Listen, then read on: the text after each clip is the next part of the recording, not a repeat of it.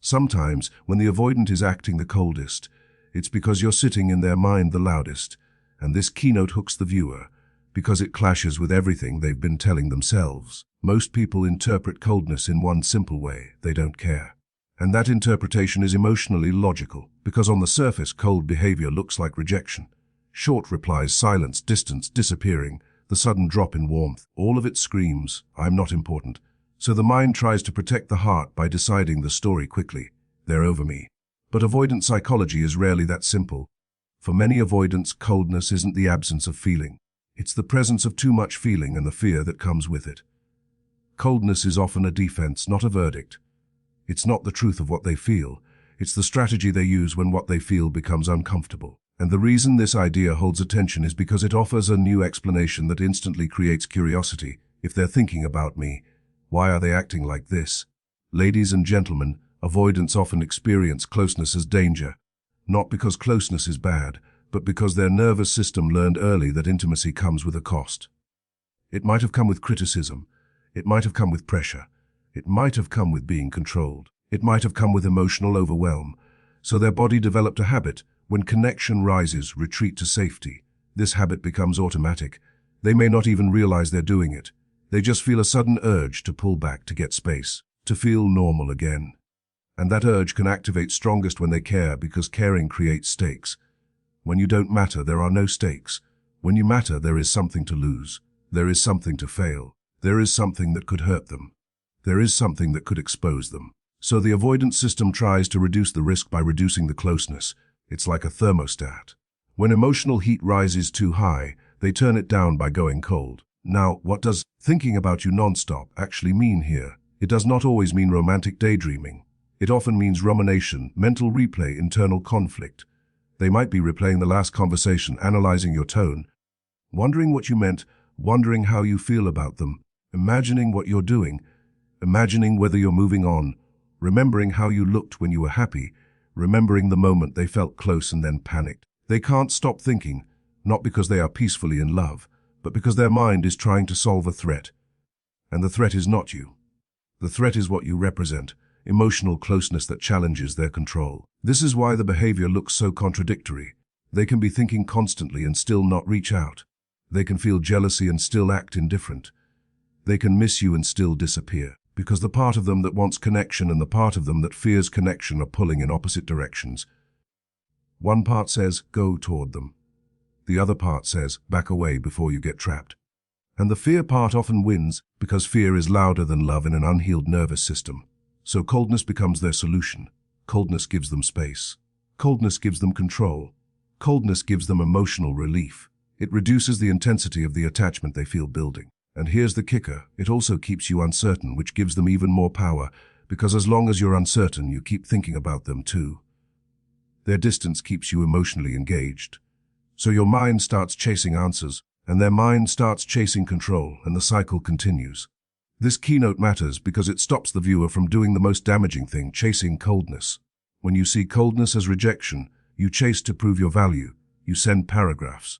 You ask for clarity. You try to be warmer. You try to be better. You try to remove whatever you think scared them. And the tragedy is, chasing doesn't reduce their fear, it increases it. It increases emotional pressure.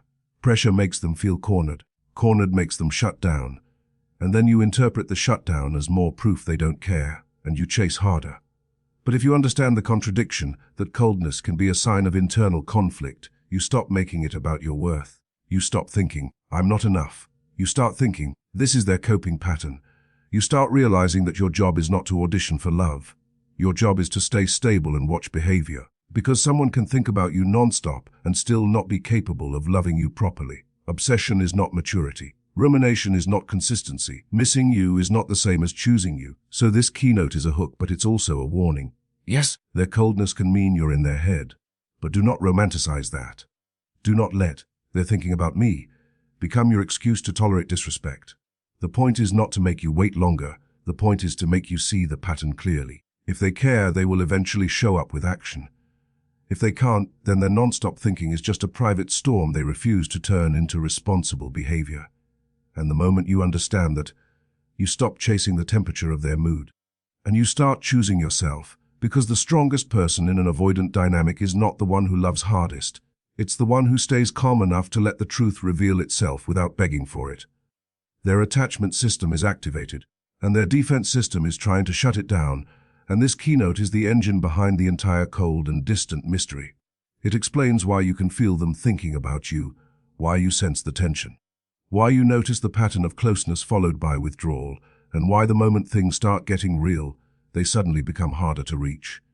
Because inside many avoidants there are two systems that don't cooperate, they collide. Ladies and gentlemen, the attachment system is the part of a human being that seeks connection, bonding and emotional safety with someone important. It's the part that says, I miss you, I feel close to you, I want to belong. Even avoidants have this system, even avoidants attach. Even avoidants can crave love, intimacy and stability. The problem is not that the attachment system is missing. The problem is that the defense system is louder. The defense system is the part built to protect them from emotional pain, vulnerability, and loss of control. It's the part that says, don't need anyone, don't get too close, don't rely, don't expose your feelings, don't give someone power to hurt you. This system is usually formed through early experiences where closeness felt unsafe, inconsistent, critical, suffocating, or disappointing. So the defense system learned that distance equals safety. It learned that independence equals survival. It learned that emotions are a problem to manage, not a truth to share. Now imagine what happens when you come into their life and you start mattering. When you matter, the attachment system lights up. They feel warmth. They feel curiosity. They feel desire.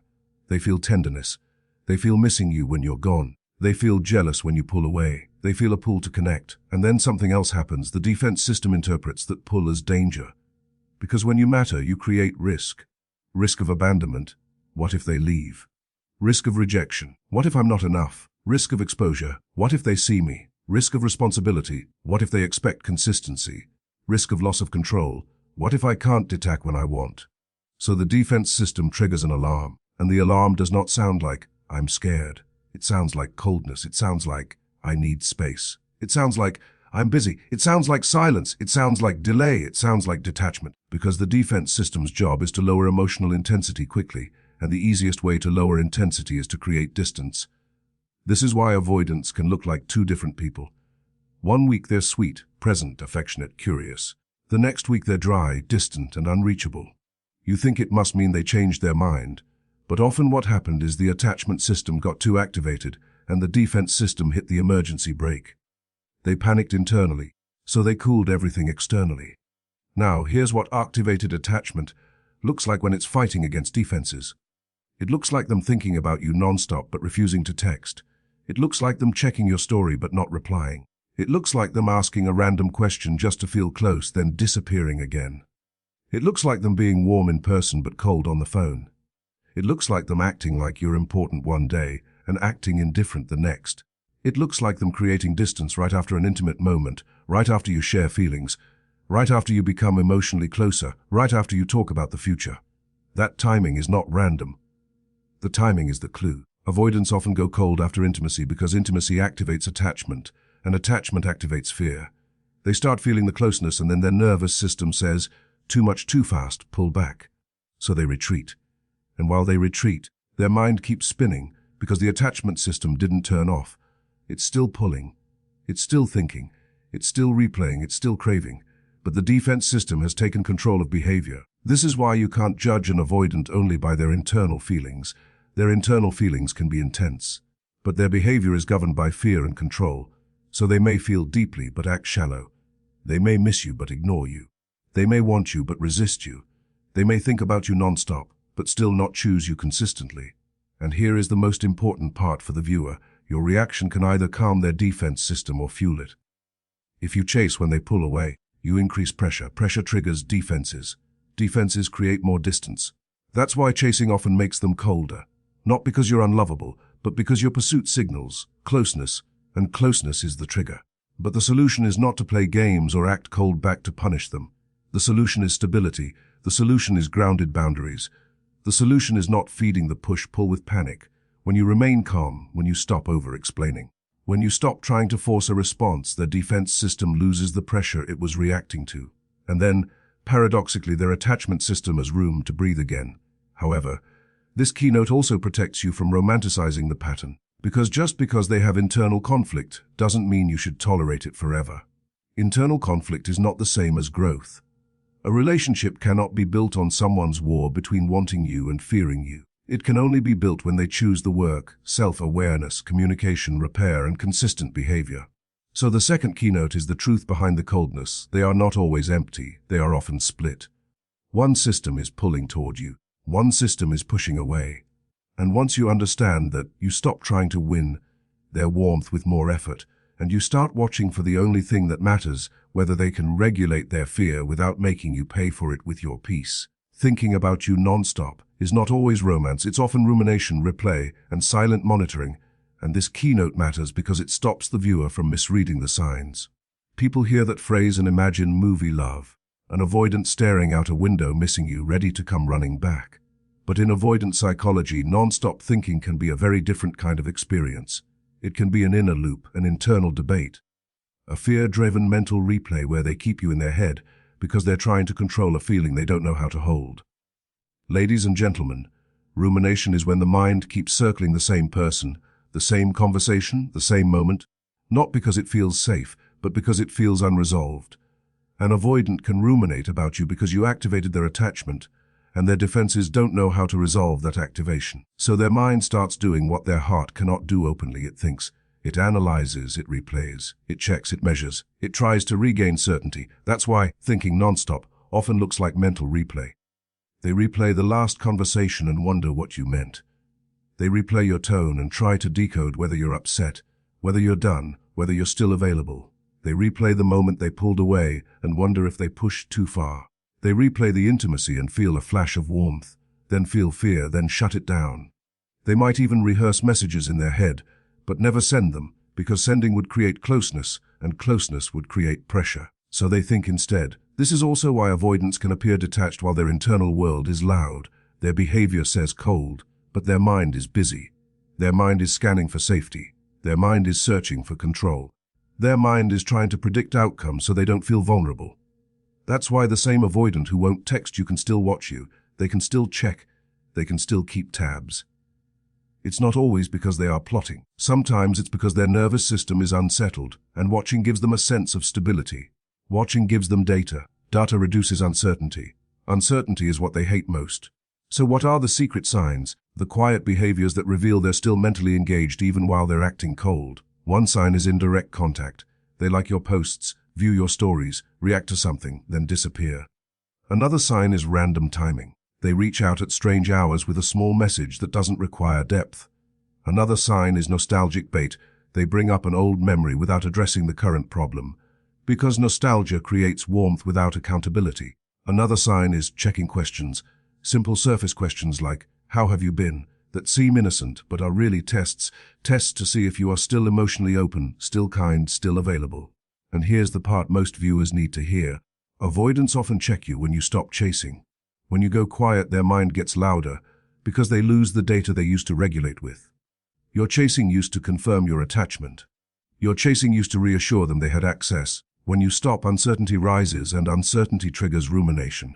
So the avoidant starts thinking about you more, not necessarily because love grew, but because control was removed. This is why non-stop thinking can include jealousy and possessiveness. Even when they're not ready to commit, they can feel threatened by the idea of losing you, while still not being willing to show up consistently. They want the comfort of knowing you're there, even if they're not offering a stable relationship. So their mind stays on you because you represent something valuable they don't want to lose, but also something intense they don't know how to hold.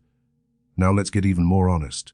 Sometimes non-stop thinking is not, "I love you." It's, "I regret the power shift." It's, "I don't like that you're moving on." It's, "I don't like that you're not available."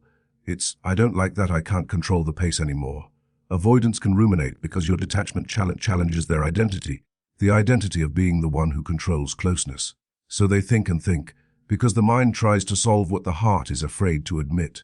This keynote is important because it teaches the viewer not to romanticize signs of monitoring. Watching is not the same as choosing. Thinking is not the same as building. Missing you is not the same as repairing. The viewer must learn to separate internal engagement from external commitment. An avoidant can be mentally consumed and still emotionally unavailable. They can feel conflict and still avoid the conversation. They can ruminate and still refuse accountability. They can check your life and still not show up in it. So what's the healthy takeaway? If you notice these secret signs, don't turn them into an excuse to chase. Don't turn them into proof you should wait. Treat them as information their system is activated, but activation is not readiness. Readiness is behavior. Readiness is consistency. Readiness is communication that doesn't disappear. Readiness is repair. Readiness is emotional presence. And here's the power move for the viewer.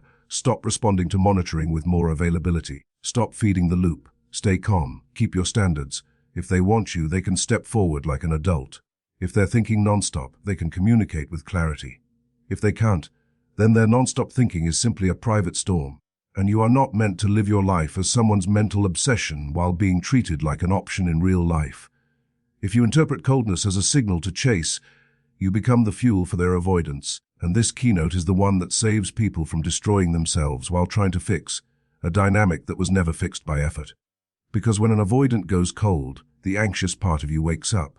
Your brain starts searching for danger. Your body starts craving relief. You want to restore warmth as quickly as possible, not just emotionally, physically. You feel restless.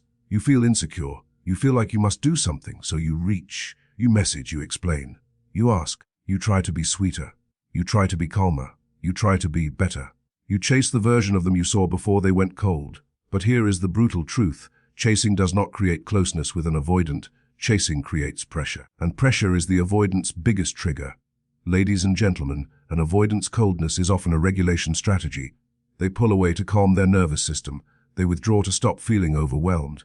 They become distant to regain control. So when you chase, your chasing communicates one message: closeness is required right now. Even if you mean love, their nervous system hears demand. Their body hears pressure. Their defense is here: I'm going to be trapped. And then the avoidant does what their system was trained to do. They create more distance. This is why it feels like the more you love, the more they pull away. It's not because love is wrong. It's because your pursuit increases emotional intensity. It shines a spotlight on the bond. It makes the connection feel urgent. It creates a sense of expectation. And expectation is what avoidants fear, because expectation means accountability. Expectation means being responsible for someone's feelings. Expectation means showing up consistently. And the avoidant survival strategy is to reduce expectation by reducing closeness. So the chasing pattern becomes a loop. They go cold, you chase. You chase, they retreat, you panic, you chase harder. And then your mind starts creating a story. I'm not enough. I'm annoying. I'm too much. I ruined it. But the real issue is not that you ruined it. The real issue is that you entered a system designed to reward distance and punish pursuit. And the reason chasing is so addictive is because sometimes it works temporarily. Sometimes when you chase, they respond. They get a little warmer. They send a message. They give you a moment. And that moment becomes a drug. It teaches your nervous system, if I try harder, I can get relief. That's why people end up stuck for months or years. Because intermittent warmth is more addictive than consistent warmth. It's like a slot machine. You keep pulling the lever because occasionally you get a reward, and the reward keeps you hopeful. But what happens long term? Long term, chasing trains the avoidant that they can withdraw without consequence. They learn, if I go cold, they come closer. They learn, if I disappear, they increase effort. They learn, I don't have to repair because they will do the emotional labor. And they also learn that they are in control of the pace, because your pursuit reveals that you will tolerate uncertainty to keep them. So the avoidance strategy becomes reinforced. Meanwhile, your nervous system deteriorates. You begin living in hypervigilance. You watch their tone. You watch their timing. You measure your worth by their replies. You start losing your center. And the scariest part is you start becoming someone you don't recognize. You become needy in ways you never were. You become reactive. You become anxious. Not because you are broken, but because your nervous system has been trained to chase stability in an unstable environment. So this keynote tells the viewer the truth. The moment you chase coldness, you step into the role of stabilizer, and the avoidant steps into the role of withdrawer. You become the one responsible for the connection. They become the one who decides when connection happens, and that imbalance is not love. It is control dressed as chemistry. Now, does that mean you should play games, ignore them, or punish them? No, it means you should stop chasing and start holding structure. Structure is different than pursuit. Pursuit is emotional begging for closeness. Structure is calm consistency with boundaries. Structure says, I'm open to connection, but I'm not available for confusion. Structure says, I will not chase someone who chooses distance.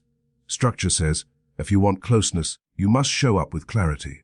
And structure is what the avoidant respects because structure does not feed their control. Structure removes the reward of withdrawal. This is why your calm silence can be so powerful. Not as manipulation, but as self-respect. When you stop chasing, you stop supplying the fuel that keeps the avoidant comfortable in avoidance. Their distance no longer produces your pursuit. Their coldness no longer produces your reassurance. And then the dynamic shifts. Either they step up or they drift away. But either way, the truth reveals itself faster, and that's the point. Chasing keeps you trapped in fantasy. Not chasing reveals reality. Not chasing protects your dignity. Not chasing keeps your nervous system intact. Because the goal is not to win warmth from someone who is cold. The goal is to stop abandoning yourself every time they pull away. The moment you stop chasing coldness, you stop being the fuel for their avoidance, and you become the person who can finally see clearly whether they are capable of love or only capable of the cycle. Avoidance learned through consequence, not conversation, and calm distance creates a cost. This keynote is where the viewer finally stops over talking and starts reclaiming power. Because most people believe the solution to coldness is communication. They think if they just explain better, if they just find the right words, if they just send one more message, the avoidant will understand. But the avoidant already understands on some level. They understand you want connection. They understand you feel the distance. They understand you want clarity. What they struggle with is not comprehension, it's nervous system tolerance. When the pressure rises, they don't lean in and talk, they lean out and regulate. So the relationship doesn't change through more conversation. It changes through consequence. Ladies and gentlemen, consequence is not punishment. Consequence is reality. It's what naturally happens when a behavior has a cost. If someone goes cold and nothing happens, if they withdraw and you chase, if they disappear and you send a paragraph, the cost of withdrawal is zero. In fact, withdrawal becomes rewarded. They get relief from intimacy, and they still get access to you. That reward teaches the avoidant nervous system. This strategy works, and when a strategy works, it repeats. So how do avoidants actually learn? They learn when the strategy stops working. They learn when distance no longer produces your pursuit. They learn when silence no longer produces your reassurance. They learn when they feel the absence of your emotional labor. Because avoidants are often very sensitive to shifts in access. They may resist vulnerability, but they notice when the door changes. They notice when the energy is no longer chasing them. They notice when their usual pattern doesn't trigger the usual response. That's why calm distance is powerful. Calm distance is not dramatic, it's not rage, it's not threats, it's not "I'm done" paragraphs meant to provoke a reaction. Calm distance is quiet structure. It says, "I'm not available for inconsistency." It says, "I'm not going to beg you to be warm." It says, "If you want closeness, you show up with clarity." Calm distance removes the reward and introduces a cost, the cost of losing access to you. And this is where many viewers get confused. They think, if I go quiet, I'm playing games. No. There's a difference between manipulation and self-respect. Manipulation is silence designed to control them. Self-respect is silence designed to protect you. Manipulation says, "I'll punish you until you chase." Self-respect says, "I refuse to chase a dynamic that harms my nervous system." Manipulation is strategy. Self-respect is boundary. So what happens inside them when chasing stops? First, their control strategy is disrupted. Distance is how they regulate, but when you stop pursuing, their regulation has a side effect. It creates loss. It creates uncertainty, and uncertainty is uncomfortable for them. They liked distance when distance still kept you orbiting. They liked coldness when coldness still kept you attached. But when your energy stops feeding them, distance no longer feels safe. It starts to feel risky. This is the moment their mind gets louder. They begin scanning. They begin wondering. They begin checking. They begin replaying. They begin thinking about you more, not only because they miss you, but because the dynamic has shifted. They no longer feel certain you are available. And remember, avoidants fear uncertainty almost as much as they fear intimacy. So, the moment your chasing stops, it forces them into a new discomfort. The discomfort of possibly losing you. This is why they often return when you detach. They come back with a breadcrumb, a casual check, in a meme, a reaction, something small. The goal is not deep repair. The goal is to test whether access still exists. If you respond quickly and warmly, their nervous system relaxes. Control returns. The cost disappears. And then often the pattern repeats because they got the reward without the growth. But if you stay calm and paced, if you don't punish but you don't overgive, something different happens. Their breadcrumb doesn't restore comfort. The test doesn't work the same.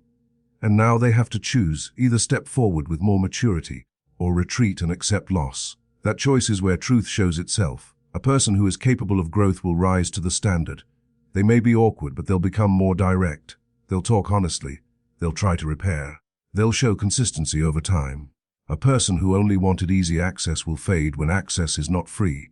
They'll get frustrated. They'll call you cold. They'll accuse you of changing, because they were attached to the benefit, not committed to the bond. So calm distance is a filter. It filters out the ones who only like you when you're chasing. It filters out the ones who only return for comfort, and it protects you from being kept as a backup source of validation. This keynote also teaches a deeper truth. You cannot talk someone into emotional maturity. You cannot explain someone into consistency. You cannot love someone into being brave. They either choose to do the work, or they keep repeating the pattern. The only thing you control is whether you keep participating. So calm distance creates a cost, and the cost is the possibility of losing you. Not because you are manipulating them, but because you are no longer making it easy for them to treat you casually. That cost forces reality into their nervous system. It forces them to feel what their avoidance protects them from. And that is why avoidants learn through consequence, because consequence is the only language that bypasses their rationalizations and hits the truth directly. When you stop chasing, you stop feeding the cycle. You stop rewarding withdrawal. You stop proving you can be managed. And in that space, the avoidant either steps up or steps out. But either way, you stop bleeding quietly, and you finally get what you've been craving all along, clarity. They may be thinking nonstop, but the question is whether they're growing. And you are not someone's private obsession and public neglect. This keynote is the final truth that protects the viewer from romanticizing pain. Because once you hear when they're cold, they're thinking about you. It can seduce you. It can make you tolerate disrespect. It can make you wait longer. It can make you interpret mixed signals as hidden love. And if you're not careful, you'll turn their emotional unavailability into a story that keeps you hooked. They're just scared. They care deep down. They're processing. They'll come back when they're ready. Ladies and gentlemen, feelings are not a relationship. Thinking is not a relationship. Missing you is not a relationship. Even loving you is not enough to build a relationship if they cannot behave like a safe partner.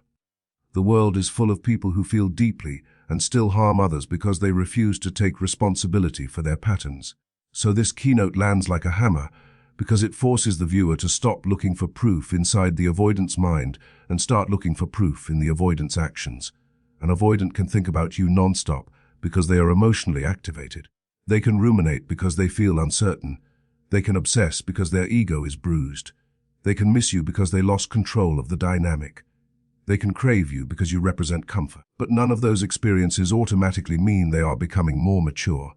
They can be mentally attached and still emotionally unavailable. They can be consumed and still inconsistent. They can be jealous and still not commit. They can miss you and still not repair. That's why the question is growth. Growth means they can tolerate discomfort without punishing you with silence. Growth means they can communicate clearly even when they feel fear. Growth means they can repair instead of disappearing. Growth means they can face conflict without turning you into the villain. Growth means they can show up consistently, not just intensely. And this is where viewers need a reality check.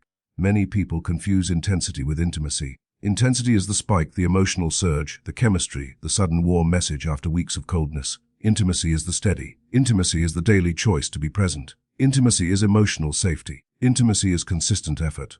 Avoidants can deliver intensity in bursts, especially when they fear losing you, but they often struggle to deliver intimacy because intimacy requires sustained vulnerability.